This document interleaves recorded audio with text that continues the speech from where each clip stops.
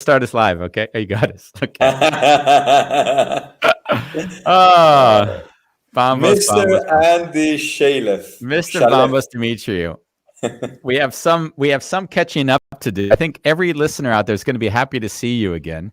I'm alive and tanned, and I'm happy that the fact you didn't show up for yesterday's show, make me aware, created enough fear that other people started to contact you. Where's Bambos? Where's Bambos? you called my friend. Stephanie said, I saw that Andy tried to call me yesterday, but I didn't pick up.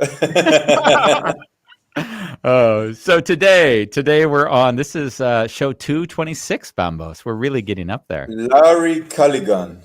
Laurie Jones Culligan. I know her as Laurie Jones because I went to grade school with her. We were And then she got married. Yeah, but we were in first grade together. Imagine that. So there's not many people that know me as long as Laurie does. Oh, we're still going to dig into that. Oh, yeah. Yeah, I didn't think about that, but we want to avoid that subject. Laurie has had an incredible journey and one that is really quite emotional for me. When I was inviting her on, I thought, wow, it would be really special to spend time and hear her story. In 2016, she was diagnosed with multiple myeloma, and she's really had a rough time of it. She's had to go through chemotherapy for the last 4+ years. It's now 2021. 2 bone marrow transplants in 2017 and 2019. And I thought, I want to sit and hear what she's gone through, what she's learned, and how that's reshaped her life and how it's impacting her today. So, that's what we're going to do today on. And where are we going to do that on? A Wonderful Chaos, Bambos. And thank God you're here to join me. A Wonderful Chaos.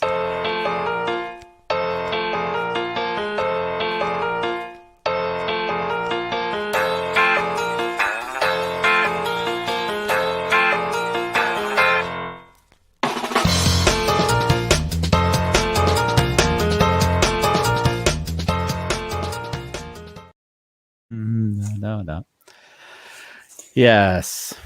So tell me, Bambos, what was so urgent that you didn't show up for the show, nor did you send me a message letting me know you wouldn't be here?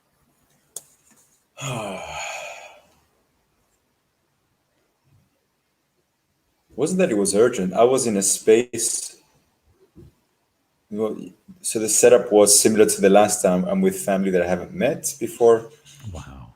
And in that context, I'm with my bicycle, by the way. So I knew I had a 45-minute hard bike through 35 degrees Celsius in Cyprus.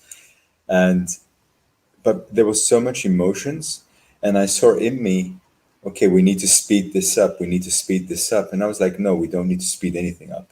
Wow. I need to be responsible. No, stay here and message Andy. And the funny thing is,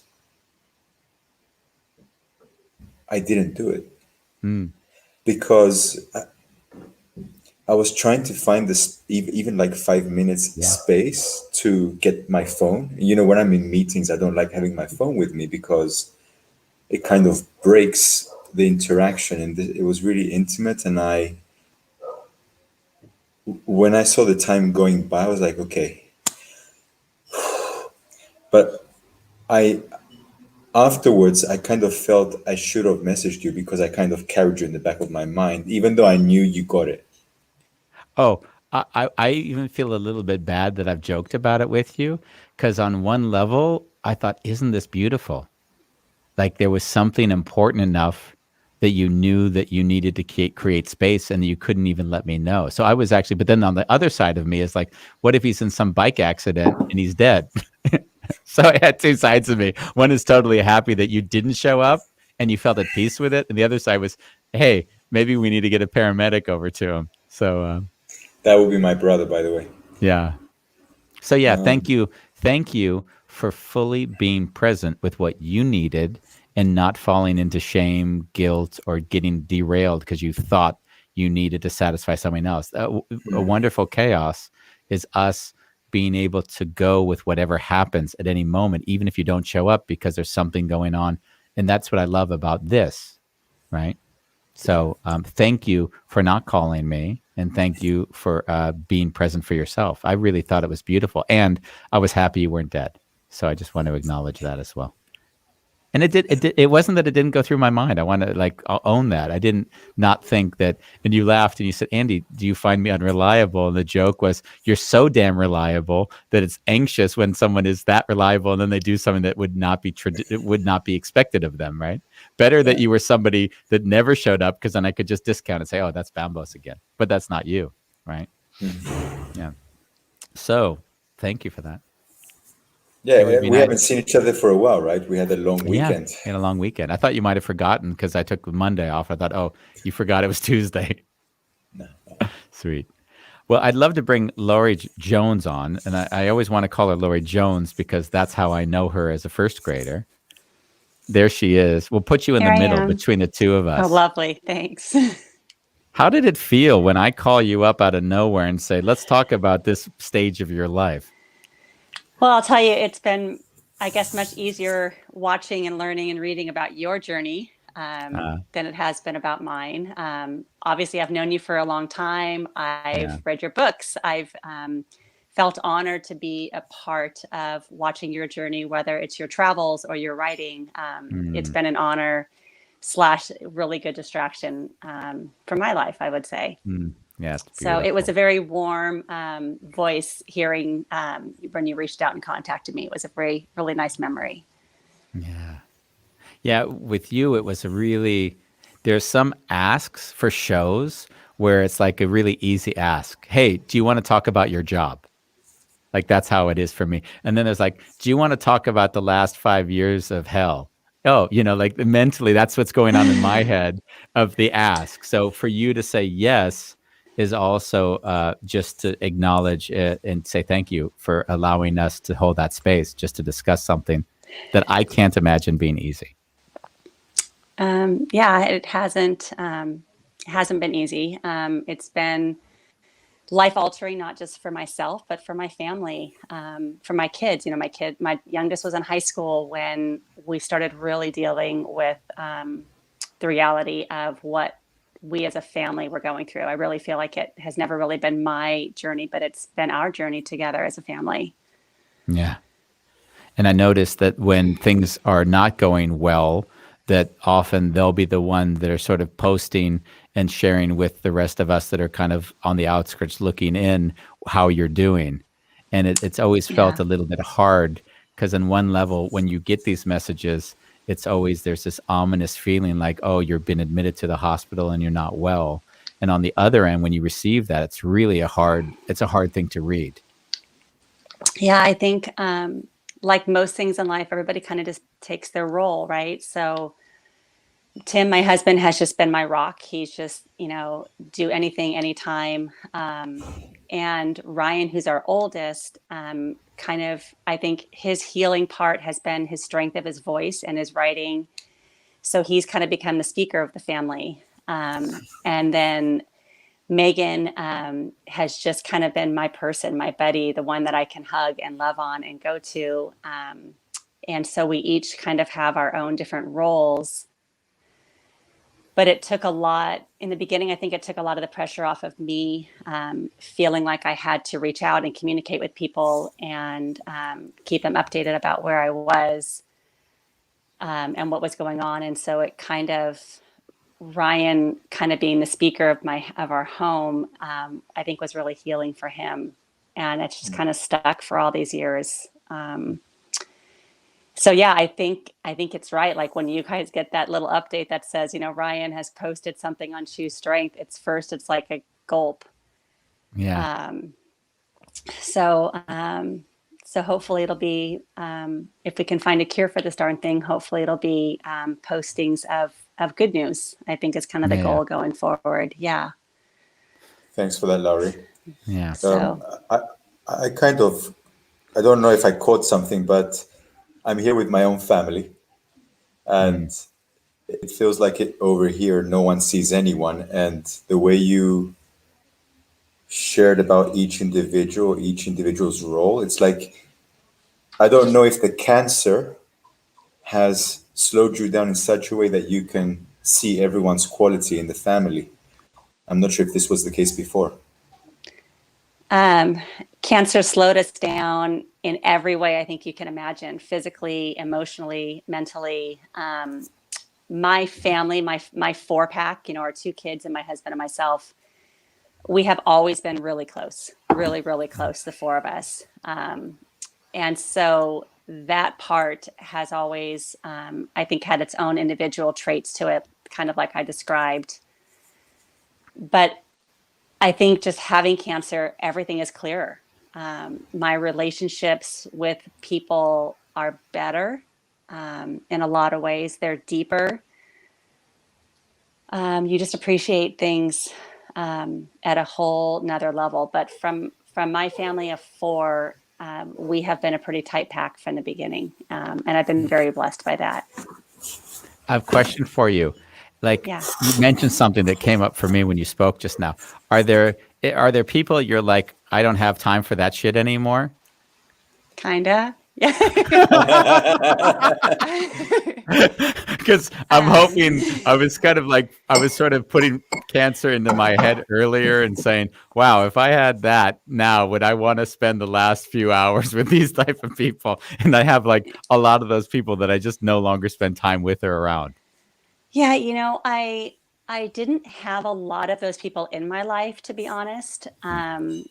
I'm a pretty private person, like I was telling you earlier, this broadcast here has brought a lot of anxiety to me. I don't like being on stage. I don't like being famous. And so the cancer itself, so let me back up a little bit. Before I was diagnosed, I was a computer analyst by day. So it was basically between me and my computer, worked at home for forever and ever. But my outings either were kid related or I coached volleyball for a very long time. So I played for volleyball forever, and then I coached forever. And that was kind of my bubble. But within that, I'd make relationships, but it was built on the confidence that I had in my coaching and then the girls. And so that was kind of a big thing. But then your circle is large because I had so many people that were involved in my life that when I was diagnosed, everybody kind of wanted to have a piece of that, right? Yeah. So as years have gone by, my type of cancer is a marathon. It's not a sprint. It's a marathon. And so some people stick with you the whole time and some people naturally kind of fall off. So to go back, I guess, and answer your original question, I really haven't even had to walk away from some people. I think it's just natural over the years that some people have kind of just disappeared in my day-to-day life. Yeah. So, and by the way, it's multiple myeloma. Oh, interesting. You wrote that in your message, and I thought it was a spelling error. So melanoma is of the skin. Myeloma is it's in the blood and in my bone marrow. So, so kind of the opposite location. It's called multiple myeloma. Myeloma. Yeah. Yeah. It was funny. I hadn't heard of it, so I just made the assumption it must have been a misspelling, right? That's how the brain works. She must have the wrong cancer. She told me the wrong cancer. You mentioned that you had some anxiety being on the show. Is that right? Yeah. Is it difficult to talk about this specific subject, or is it just a personality thing? I guess the answer to that would be both. I've never liked being on stage, but at the same time, I think talking about it sometimes makes it more real. Whereas sometimes in my day-to-day, I can distract myself enough where it's not on the forefront of my mind. But talking about it, it just makes it's real, it's here, and it's what's going on. Interesting. It's real, it's here, it's what's going on. Yeah, we've had interesting times where we had some guests on when we noticed that like some of the humor we would have would often be considered inappropriate by listeners, but the people we were with really appreciated it. And I think there's a degree, which leads me to the next question is, like, are there things that irritate you in other people engaging you around this subject? You're like, oh my God, I don't need that again, that question or that. Is there, and I know it's maybe a hard question to answer, but I'd still love to know. The good old "how are you feeling" question, Yeah, or or those things. Yeah. um, it's hard because they care. The right people asking that question, asking it from the heart, they care and they are interested with how I'm feeling. Yeah. I think some people, when they see me, I think that the other, maybe not even a question, but the statement of "you look great," and you kind of want to look at them and say, "you have no idea how I'm feeling right now." Yeah. So I think that's harder than the question of "how do you feel?" Because of course I'm not going to look at them and tell them exactly how I feel. I'm going to tell them I feel fine or Yeah. whatever. But the assumptions, I think, are the hardest thing, of maybe how I look that day, how I acted, right now, right? So how Yeah. the energy that I have on this cast right now, takes a lot of energy out of me. And Yeah. so there's a very, very small inner circle, really my husband and my kids, but my husband, because he lives with me 24/7, knows the repercussions of really any activity, Yeah. that I do. So it's Wow. almost like Tim needs to walk around with the video camera and say, okay, this is Laurie 10 minutes after she went for a walk, or after she visited with you. This is what happens afterwards. But the 99.9% of people don't see that. Wow. Wow. It's like So an thank you for Instagram being with post. us. Yeah. Thank you. So It's like you see the Instagram and then you get this image that someone is really happy or God knows what. And then a week later, they're divorced, Yeah. right. It's I think Instagram is good and bad, right, in so many ways. But it's a Yeah. glimmer of time. But it's a second. It's just a snapshot of something. But there's 24 hours in the day that the rest of the time might not have been what you see. Yeah. Yeah. Yeah. Laurie, you mentioned if someone says you look great. So because I haven't seen my family for a long time visiting here, normally I'm sitting next to Andy. So my niece, she's pregnant. She feels Oh, terrible. And I'm a photographer, so when I look at her, I'm like, wow, you are sensationally glowing. beautiful. And she'll be like, look at me with this like cringed look, like, are you kidding me? And I'm like, sweetheart, I'm not trying to make you feel good, but right now I would like take you out and photograph you. I don't need you to smile. I just love, and maybe you feel shit in your head, but you're glowing to me.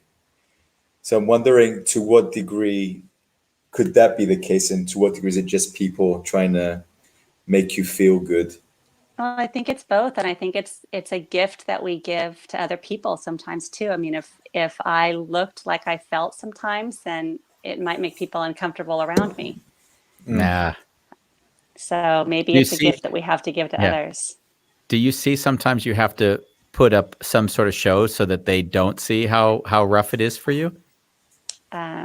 Yeah, I think sometimes it's more like most of the time and not just sometimes. I got it. It's like me going to an outing with my wife at the business dinner and pretending that I'm enjoying myself. By now, he's made that statement so many times that It's so, anyone in his wife's network watching this already knows. Sorry. she's got me. She's already listened to some shows, and she's always like, "Baby, lay off on that." So, Laurie, Uh, I want to slow us down a little bit, mm, given the fact that this is a show, and I also feel the care in a way for you, and a big gratitude being here. So, what I'm trying to say is, let's slow down, take a few deep breaths, and really, I want to ask you, how do you feel right now, this moment, without trying to perform or anything like that? I think I'm just tired. That's right now has been kind of my biggest thing, is almost like debilitating fatigue for me. mm, I hurt. I have a lot of pain, mainly in my larger bones, like my back and my hip. That's from both the myeloma itself, from the cancer itself, and from the meds that try to get into those places and try to kind of eat away at the cancer. So, yeah, I'm just tired. I'm tired of the journey, to be really honest. To be open about it, it's been a long journey, and it wears on you, I think, after a while.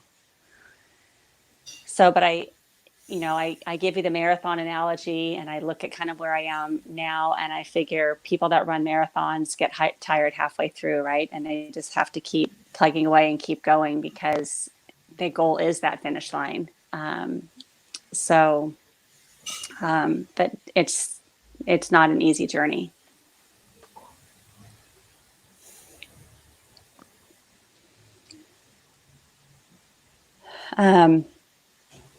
I think fatigue is kind of a hard thing, because it's invisible, right? You can't, sometimes you can look at somebody and just say, you look exhausted, right?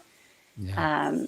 But besides that, fatigue is invisible. I could be okay 1 minute, and then literally I'm like, I have to go to sleep right now. And it's the oddest feeling ever, but your body basically just says, we're done. We're done. And so you can't really plan for much. You can't, COVID aside, my life really hasn't changed really much at all. So you don't really plan for much. Car rides are easy if I'm the passenger, right? Because I can turn and just shut off anytime that I need to. But my body's tired. I think it's been through a lot these past several years. When you felt your body like not perform and react the way that you expected it, I haven't had even close to that. I'm just turning 50, and you already know at 50 shit doesn't work like it used to. It doesn't. And Yeah. and then I'm wondering, like, as you see acceleration of things, how is it for you to like almost surrender and say, I can't do it? How hard is it to make peace with the fact your body isn't doing what you would normally see it doing? So a little bit about me is I'm kind of stubborn. I'm not very forgiving to my own self. And so I'm the one that says to my body, let's go. So surrendering has been a journey. It's been a process. I'm not there. Some days I get out and I go for my walks in this area where there's nobody else around. I put my headphones on. I kind of have rules that I set. That might be one of the words, by the way, Andy.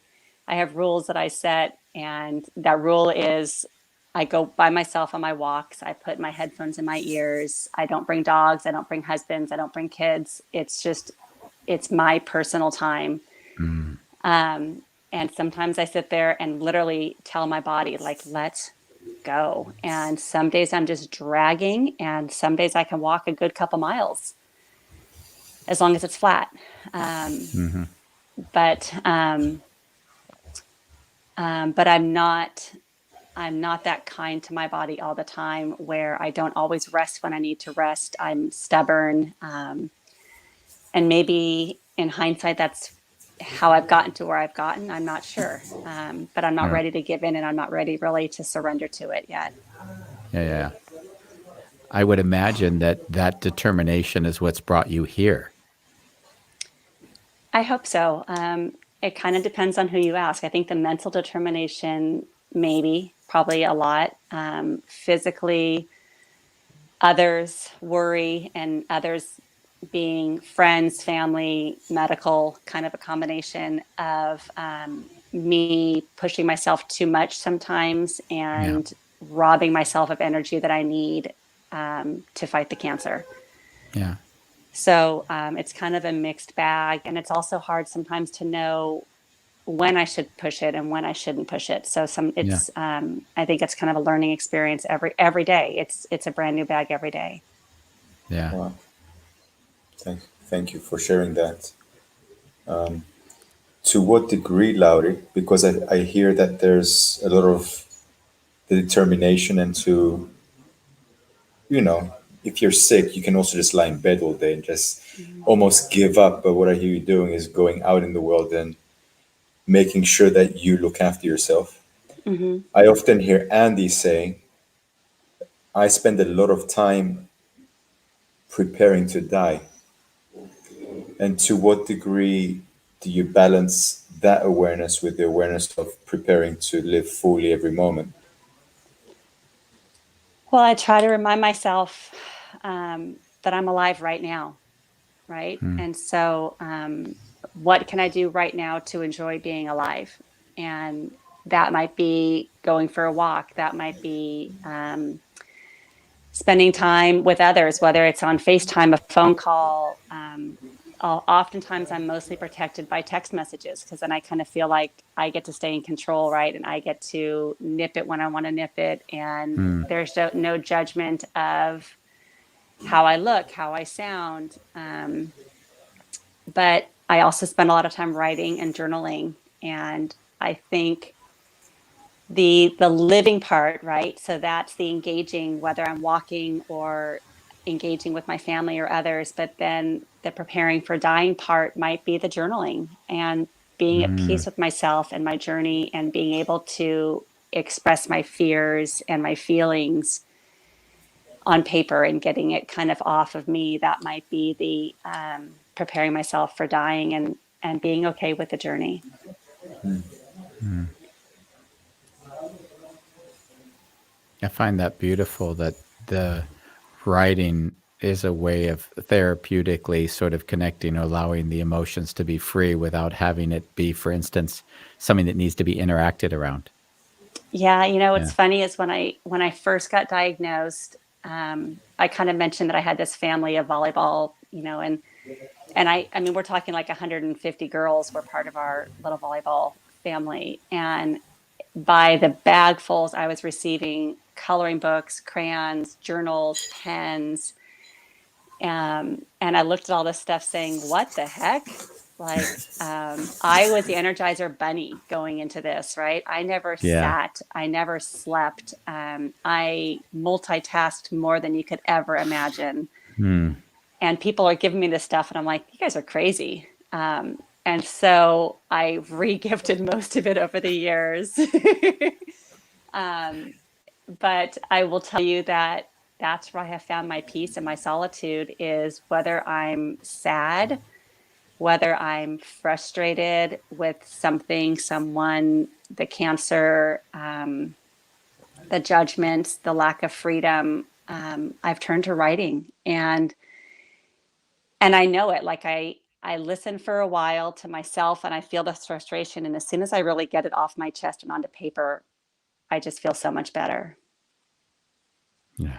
Mm. I see Bambus going off camera. We lost They're him. having dinner in Cyprus. When we talked about the show and the idea, it was interesting because I came up with sort of different ways of discussing it, and then you mentioned the mountain analogy, and what I noticed is that in the mountain analogy, there are all these false peaks where you're climbing, and then you get to the top and you realize there's another peak that's further down the road you didn't Yeah. see. And when you were describing your journey, I felt like when I was climbing the Annapurna Mountains, and thinking I just made it to the top, and then realized there's another damn Uh-oh. thing that's over there. And so, and to what degree have you sort of been able to allow yourself to say, okay, I'm never going to get to the top. There's just going to be another place that I need to see. Is that something that you finally said, okay, I'm okay with that? Yeah, I think you kind of just have to learn to live the journey. Um, Yeah. when I was first diagnosed, I took my energy and my aggression out on exercise. And so at the time I was diagnosed, but not so debilitating where I couldn't go do that. Right. And so people would come in and I'd be on a treadmill, like with the 30 incline, and they're like, oh boy, she must have gotten some bad news today. And I would just start climbing and climbing. And that's kind of become my thing. So for a while it was, I couldn't run, so then I'd hike. So it was just, I'm one that would just keep pushing that envelope a little bit more. But then I started realizing why I was doing it. The energy, yes, I needed to get out of me. But as the years progressed, I've learned just to sit and just admire, the views from each of those little plateaus that we find, right? So then you take that back to my treatments. And so we have a transplant. We start to feel better for a while. We go on a med where it seems to be working for a while. And that's that mountain peak, right, that you get to. And you sit there and say, well, I'm not done yet, right? You knew you weren't done hiking yet. I'm not done fighting this cancer yet. But look at this beautiful view. Look how I'm feeling today. Look who I get to be with today, or what I get to see today. I mean, my daughter got married a year ago. My son's getting married next year. Those are all peaks that we've really gotten to enjoy through this whole journey. But there's more mountains to climb for sure. And I'd be a fool if I didn't know that the peaks were not going to get harder. My body, as you know, 50, cancer are not good combinations. And just the repercussions that the cancer and the treatments have had on my body, it makes the climb that much harder. I mean, it really does. So it's still there ahead of us. I always like to think about how I feel and realize that there are other myeloma patients, even with my own cancer, that have it a lot worse than I do. And the reality is that's probably where I'm going to be someday. So let's enjoy this phase of the journey to the best that we can right now. Yeah. It's interesting because when I say to Bambos, a lot of my life is preparing to die, then it's actually by living in this very moment. So it's interesting. It's kind of a paradox because I always say, when I say something like that, I have people saying, God, you're so depressing. And I laugh and say, I'm kind of really happy. So I don't know why you think it's depressing to be, but it's because there's an association with this negative thing. And question I always want to ask myself is, if I die today, and was this the way I wanted to be today? And if I say yes to that, then I'm saying, wow, I'm prepared to die right now. And if I say no to that, it's like, shit, what have I got to arrange so that I'm prepared to die again? Well, I figure we can all get hit by a bus tomorrow, right? Exactly. So anybody should be living every day to the fullest. So, I mean, the reality is the reality, right? Everybody, expires at some point. But we all should try, no matter what we have going on in our lives, we all need to try to just live each day the best that we possibly can. So we know that there's people that we mutually know watching this podcast right now. So I'd like to know, what is the most embarrassing thing that Judith Jones has ever done? Oh, boy. Judith Jones. Well, I think one of the funny stories about Judith was that when we were in high school and she was continually late for school every day, the tardy slip that she brought into first period one time, no kidding, said dog chase. Oh, we lost her. Oh, we'll see. We'll have her come back in. What's nice is that Judith comes on and says no fair because she can't respond. Oh, sorry about that, Judith. I was told you were going to be listening, so I just wanted to see if I could get something in there, just some joy of that moment. We'll get Laurie back. Yes, we will. Yeah.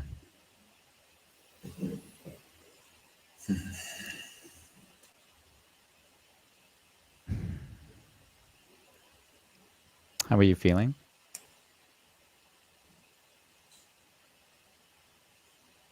Present, calm.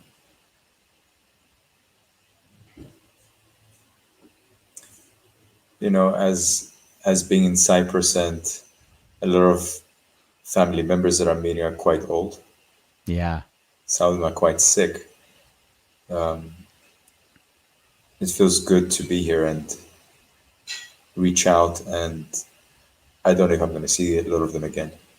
Yeah. I see Laurie's back. I came back. I don't know where I went. I'm sorry. No, it's all good. We were just I talking had to have about my Judith IT Jones. professional come in and help me.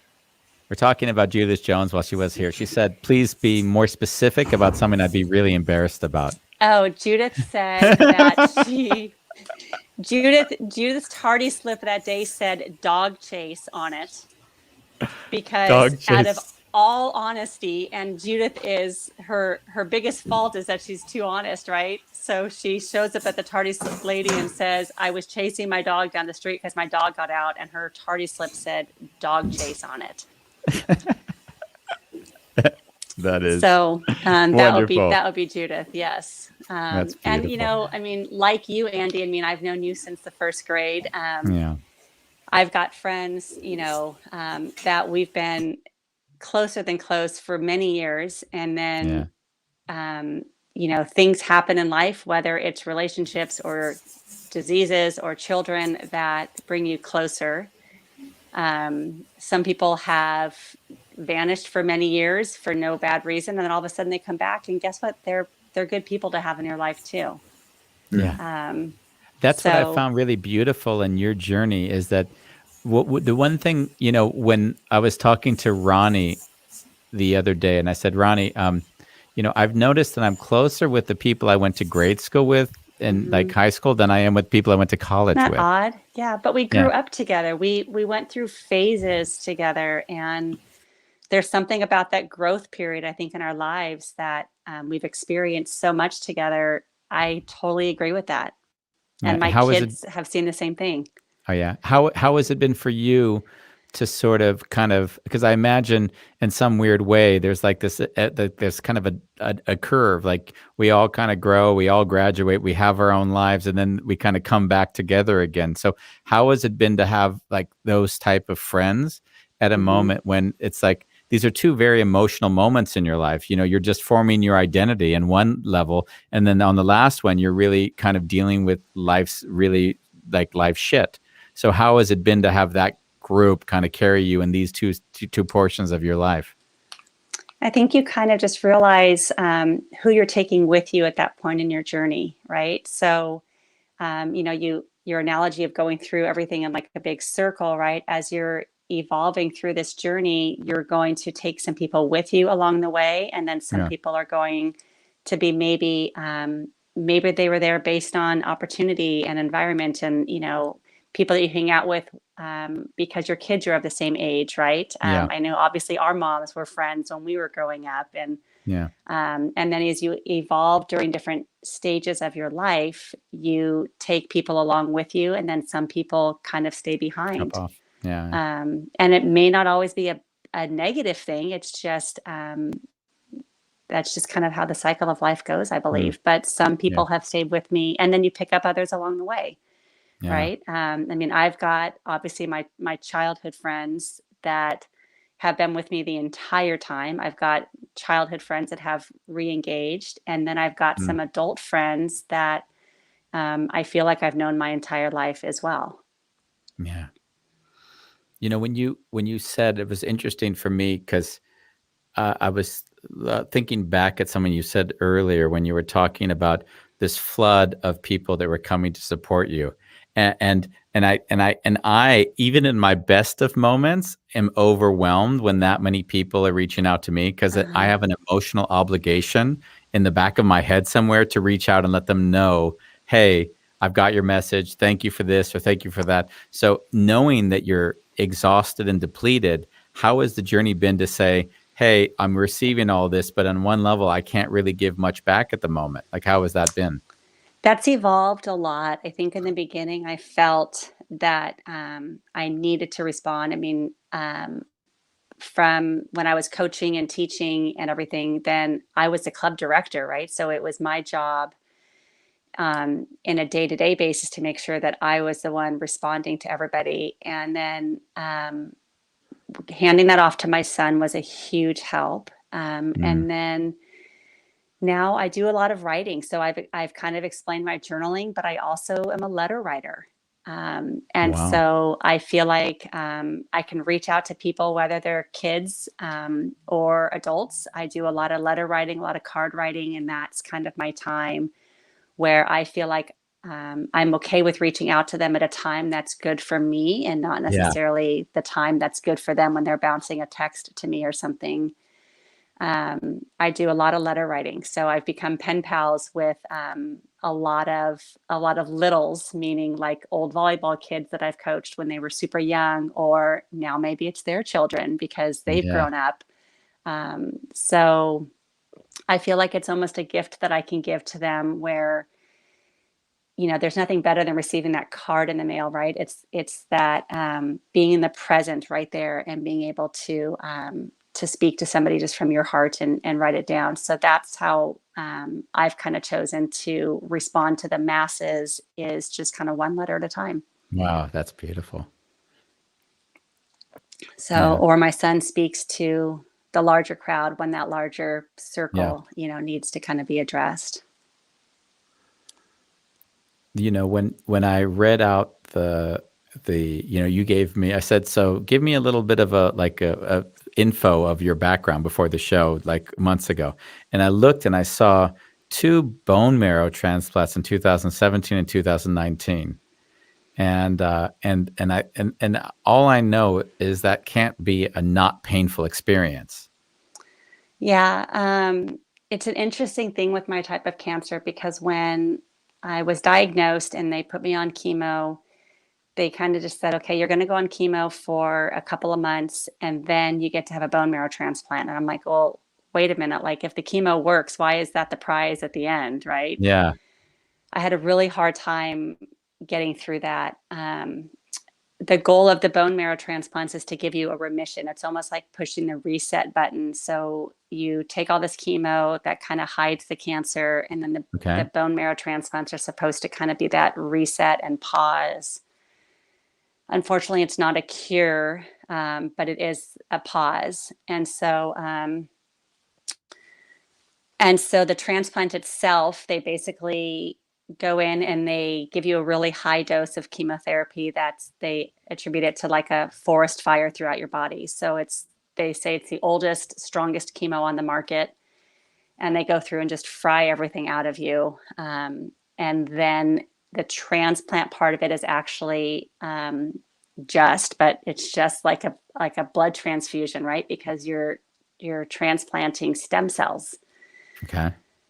So there's no surgery, there's no cutting into your bone marrow, as people's imagination might go. It's you're transplanting stem cells, which looks to you like a bag of blood, right? But it's kind of a bag of magic. And your body's job is to welcome them and to, from then, just create more and more and more, new stem cells. They call it a rebirth day. So they come in and sing happy birthday to you. It's kind of like the beginning of your life again. Wow. You have to have all your baby vaccines all over again because everything has been completely stripped.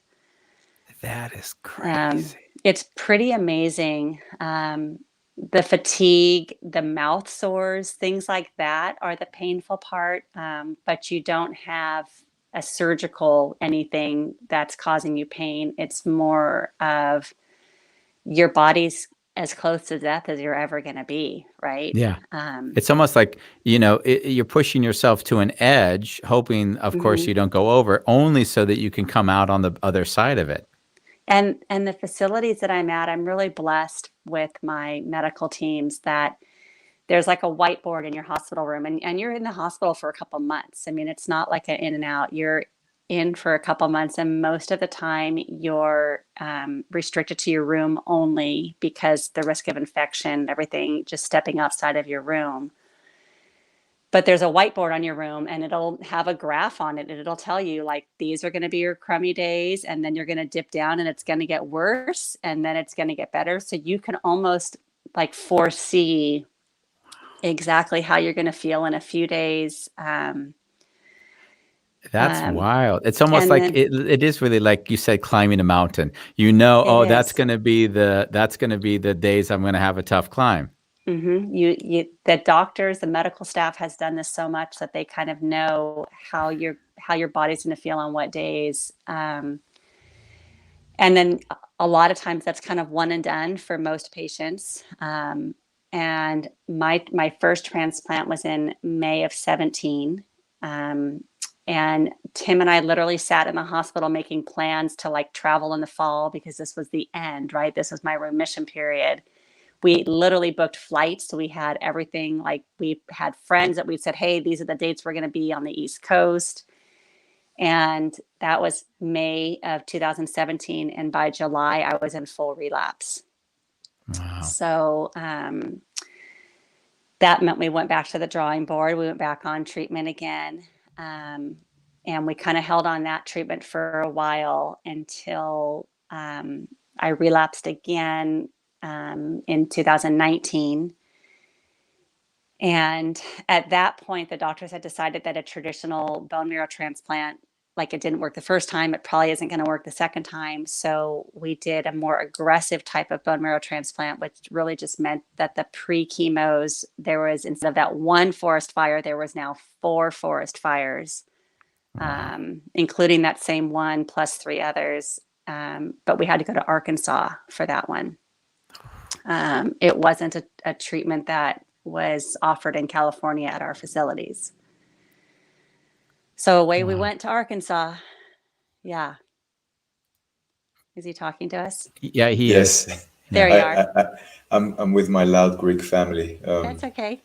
I need to slow you down a bit. Like I'm still with the first forest fire, and yeah, we're like we've gone through many forest fires right now.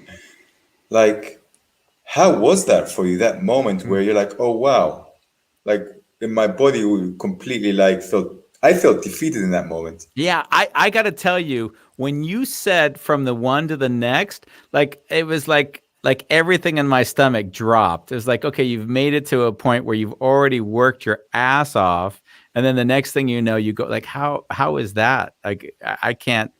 I want to throw up right now. That's how I feel, to be honest with you, when just hearing you speak about it. For me, my worst day ever in this whole treatment journey was the day that they told me I relapsed. Worse even than my initial diagnosis for some odd reason. My initial diagnosis was basically, I kind of wanted to flip them off and be like, forget you, I'm going to beat this. It was mad. Remember, I'm a competitor. So I'm not, I wasn't really in that emotional phase. And then I did my chemo, I did my transplant. We made our plans, right? Like life was going to resume. And July 17th, 2017 is when I went in and they said, you're in full relapse. Wow. That was the day that I cried. That was my hardest day because it wasn't supposed to be that way. We had stuff to do. You know, I did my penance, right? And yeah, that was the day. That was my hardest day. And that was the day, if you go back to that good old surrender word, I didn't have a choice. My body at that point had surrendered and said, this is real. Yeah.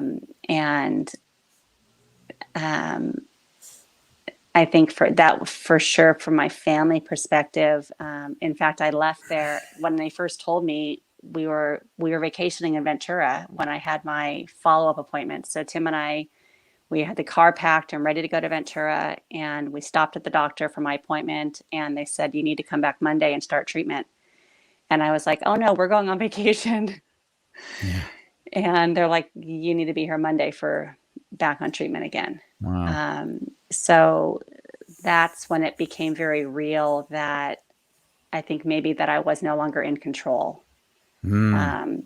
That the cancer had really finally taken control of me and my lifestyle and my decisions and my family. That was the hardest part. So that was in between my 2 transplants. Wow.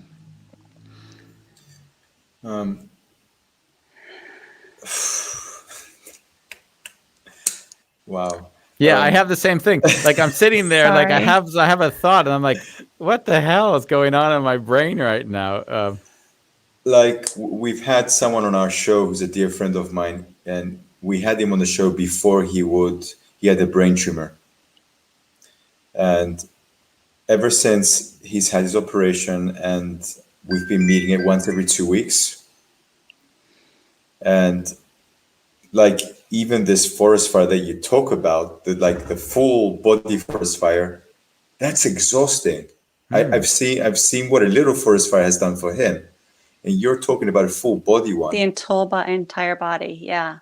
And then you're told on Monday we're actually, you've done the SEALs boot camp, and on Monday we're not going to let you pass. We're going to let you go all the way from the beginning, 2 weeks of Hell Week. Yeah, exactly. Like the Marines. You just got the Marines again. Yeah. Yeah. I am so sorry that you had to go through this. Like my body, I think me and Andy, when people speak, we feel it in our bodies. Like I have nothing. Don't know what to say to you, Laurie. Yeah. I just feel for crying right now. Yeah. Well, when I hear that from people, my response, I think my automatic response, but also from my heart, is that I just feel like we all have something that we go through, right? Some people it's divorce and poor relationships, or addiction or pain or physical ailments. And I think I've just really learned over the years that this is the journey that we're on, and we have a choice on how we want to deal with it. I luckily have never been divorced. I haven't been in a horrible relationship, and I can only imagine the pain that would cause while somebody's going through that. And so for me, this is my thing. And there's a lot of crummy days, whether it's emotional or physical. But ultimately we have a choice on how we're going to walk this journey. Yeah. Well, we didn't want to have you shoulder the burden of our emotional state, but we can't deny that I want to puke. That's all I can say. Like, that's just, I can't get that out of my body. I think that's why I think I only start to write when I feel like I'm going to puke, because it basically is like, it has to be so connected to the emotions that are really going on inside me. Otherwise it's not worth saying. Yeah. And I need to write when I finally realize that I've said it to Tim 10 times, like how much something is bothering me. And I really just need to say something. And then finally he comes up the next morning, and maybe I haven't slept all night, and I'm like, oh, I journaled and I feel so much better. Like it's off my chest. And Tim's probably like, thank God you finally put that down. Because God forbid if he tells me to go journal, then my response to him is, don't tell me what to do. But when I come to realization that it's really, whatever it is at that moment is really affecting me, and I finally get it off, it makes me feel a lot better. Yeah. So, but here's a funny story. So is it about Andy? Me. Yeah. Well, Andy might remember, growing up, stringy straight hair. As I grew into an adult, I had blonde-ish hair, but bone straight. And the more you lose your hair, the curlier it gets. Oh, wow. So my hair both times came back super curly. And did you like that? It's been easy. I guess for me, when I lost my hair the first time, my doctor came in and he was like, nice curls. And it may be a repercussion of being back on chemo for all this time. The chemo could be contributing to it. But my hair, from people that knew me before, when I lost my hair the first time, and then I was trying to kind of find myself, I never wore a wig, never once wore a wig, not for an event, not for an outing. Who cares? This is who I am. The prior me would walk around in a sweaty ponytail all day coaching. So what did I need a wig for? It just wasn't who I am. Yeah. And so I think from the outside, people really wanted me to get back to who they knew me as, right? Oh, so yeah. After I lost my hair the first time, it was like, oh gosh, let's blow out your hair. Let's make it straight, and let's add some highlights, and let's do this. And I'm like, but that's not who I am right now. Yeah. So this is just kind of where I'm at right now. And I'll tell you, it's easy, if nothing else. I mean, the best stage I can get to is a sweaty ponytail again. That's who I am. So so not bone straight anymore. It's like super, super curly now. You know, you said at the beginning that you had read both books, which is always baffling to me because I always feel like people know more about me than I want them to. It's almost like when I write, I don't necessarily know, or Bambos will laugh and say, I say, if one person reads this thing, it's great. I mean, I'm not out there to, this is just, and then when I'm thinking, oh shit, like, so in reading the books, what did you take away from them? So what was the thing for you that either touched you or in any way influenced the way you see things?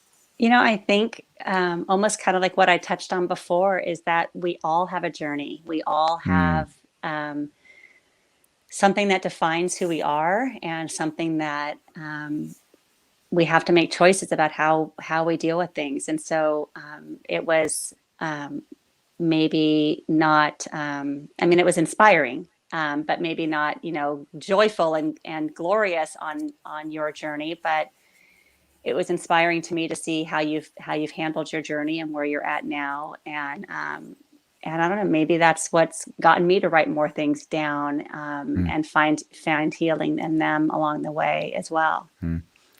Yeah, because it's always so funny. I've never really thought of me writing. Bambos always wants me to pick the book up. He's such a bastard. This is the book, Bambos. The Last Letter in the Wounded Healer. This is the depressing book. This is the less depressing book.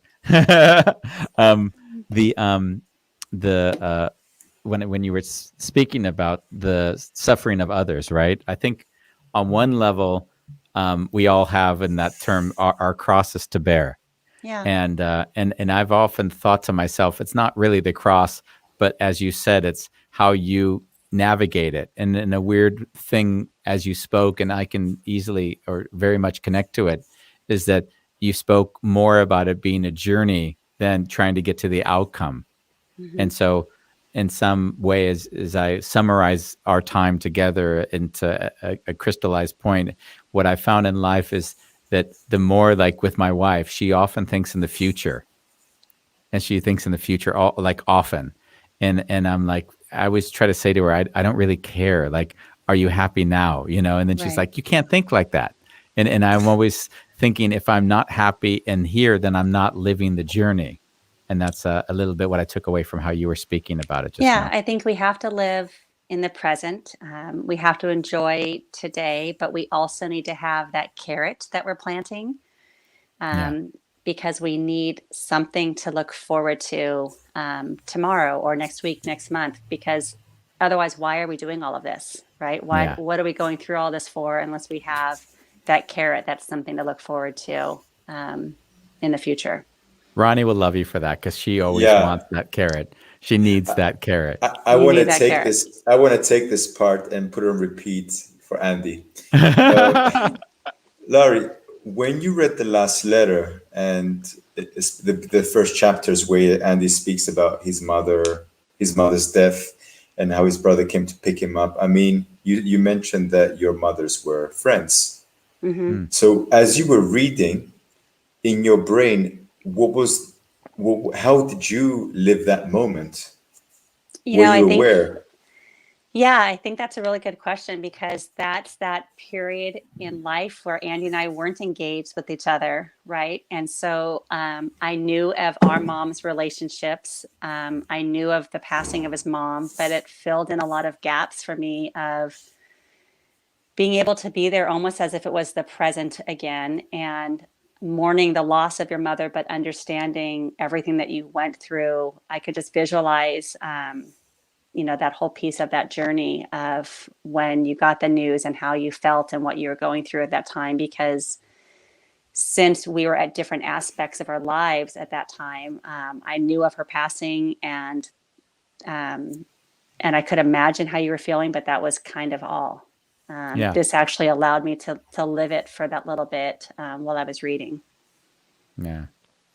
I think that's one of the hardest things about events in life. Like just like when you're diagnosed with cancer for the first time, like I don't believe one can really truly understand that feeling if they haven't experienced it themselves.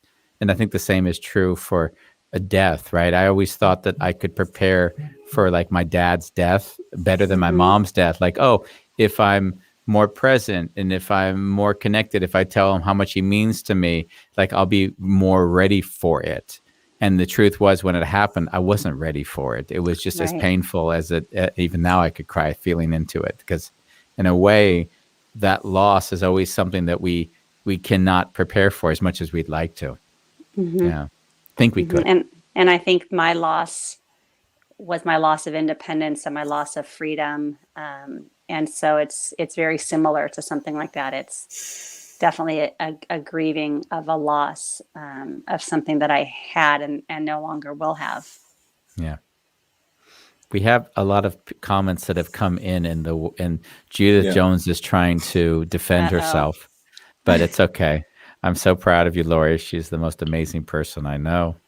Megan Samuel is that's my daughter. Your daughter, I can see. Hi, favorite aunties. And then we have Katie Marley. Does she call you Megan? Is that right? Or why does she say, I love you, Megan? I think she's responding to Megan, my daughter. I think beautiful. Megan was responding to favorite aunties, which would be Kate and Judith are her aunties. And Jessica, who's here in Amsterdam, I walk with her today, says, so much respect for you, Laurie. What a journey and what a perseverance. And Pat Edelman, Gustorf.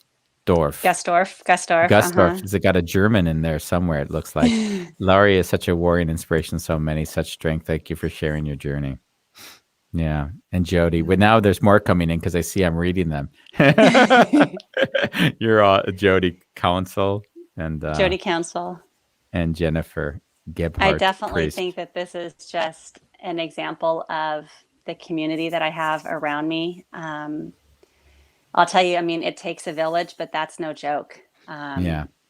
People lift me up or help me physically, mentally, emotionally on days that they don't even really know kind of what they're doing and how they're helping. But through these many years, from rides to meals to friendship to hugs to conversations, I think so many people have had a piece of my journey. To be grateful wouldn't even really explain how I feel in my gratitude towards so many of these people. Yeah. We've gone over our hour, and I do want to be conscious of your time and your energy. So I would like to leave the final word with you. Is there anything you'd like to share with the people that are watching?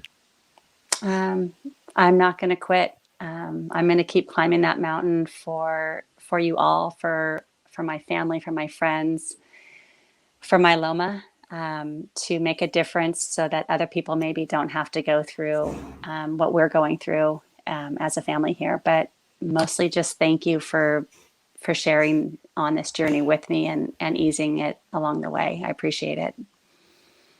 Well, thank you. Thank you. Thanks for inviting me today, guys. Thank you. Not going to lie that I'm glad it's over and I feel better. Yeah, now I can imagine. But, I can imagine. I love you too, Andy, and thank you. Thank you so much. And enjoy your time with the family. Bambos as well. That family time because it's really important. It's really, really. Making memories is the best gift you can give to somebody. Exactly what I'm doing. That's what he's doing. Enjoy your time together. So I think we'll go out together on this show and say thank everyone for being with us, and we will see you tomorrow on Wonderful Chaos. See you tomorrow. Bye bye. Thank you so much. Bye. Bye.